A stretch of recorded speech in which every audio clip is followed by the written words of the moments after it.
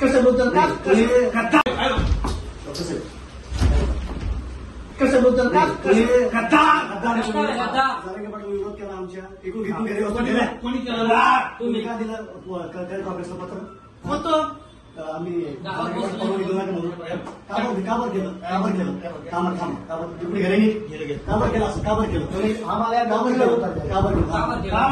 केलं असं ऐकून घ्या. गावाचा विषय होता तो गावातला जातीचा विषय आपल्या जातीचा विषय ना जातीचा विषय होता तुम्ही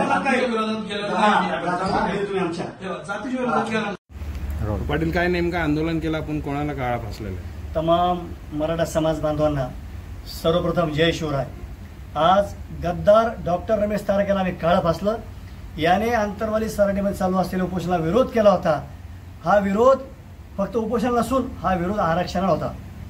त्यामुळे आमच्या भावना दुखावल्या आणि हा विषम जिव्हारी लागला.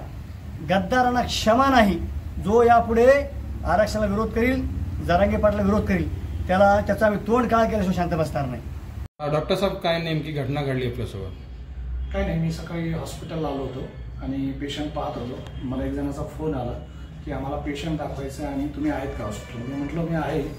तर 3 वाजेपर्यंत या. ते म्हणले आम्ही 1 तासात येतो, तुम्हाला निघायच्या आधी फोन करतो. म्हणलं चालेल. 3च्या नंतर मला बाहेर ऑपरेशनला जायचं आहे. मग एक पेशंट चालू असतानाच एक 7-8 जण लोक आले आणि त्यांनी बाहेर आरडाओरड सुरू केली.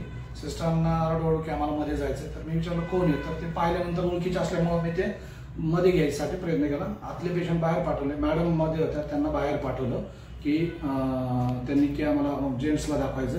आणि मग मी खुर्चीवर बसलो तर ते आले आणि ते म्हणले की तुमचा वाढदिवस साजरा करायचा. मी म्हटलं वाढदिवस तर नाहीये माझा आज.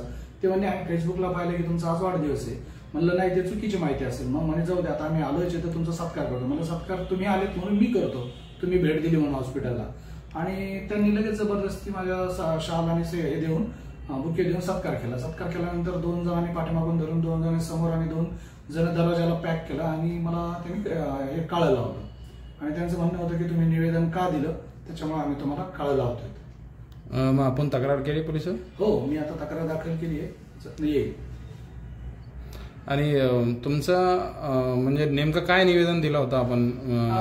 निवेदन यासाठी होतं की गावातलं जे जातीय सलोखा बिघडलाय आणि गावामध्ये जातीवाद वाढलाय, त्याच्यामुळे गावातल्या लोकांची इच्छा होती की आतापर्यंत 9 महिने आंदोलन अंतराळी झाले, आता आंदोलन इथे नको, कारण गावातल्या वातावरणाचा परिणाम त्याच्यावरती होईल आणि गावात भांडणं होती. त्याच्यात ते निवेदन आम्ही जिल्हाधिकाऱ्यांना दिलं होतं 3 जूनला. त्यानंतर याची काहीही प्रतिक्रिया किंवा काही नाही. नंतर आमचं बोलणंही झालं आणि अचानक येऊन हे नियोजित पद्धतीने हे सगळं केलं. अशा बॅड हल्ला या बॅड हल्ल्याला मी घाबरत नाही, कारण जे सत्य ते सत्य समाजासमोर आणणं गरजेचं आहे. आणि गद्दार कोण आहे ही वेळ आल्यानंतर सांगेल.